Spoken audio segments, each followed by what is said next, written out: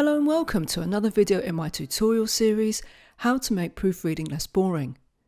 In this video, we're going to do some tidying up, specifically of non-printing characters, like empty paragraphs, extra tabs, and extra spaces. Press Ctrl and G on your keyboard. Mac users, you'll press Command Alt and G. Then you'll press the Find tab.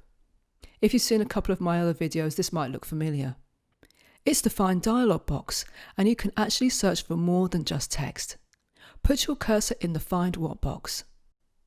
Expand the dialog box by pressing the More or Down arrow button, then click the special drop-down menu. It's here where you'll find the non-printing characters.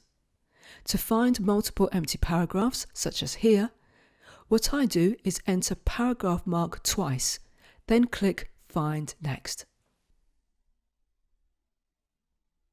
If you want to replace these automatically, click on the Replace tab. You need the two paragraph marks in the Find box, and in the Replace With box, just enter one paragraph mark. Click Replace All and any extra empty paragraphs are deleted. This is the same with tabs. I need to decide how many tabs to look for and what I want to do with them. In this case, I want to get rid of them all and replace them with spaces.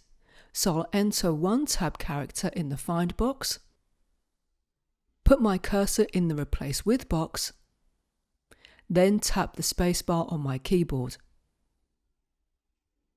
I press Replace All and all my tabs are replaced by spaces.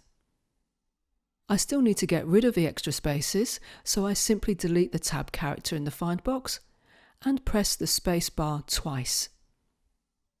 I click Replace All again and keep clicking it until Word says there are no more replacements.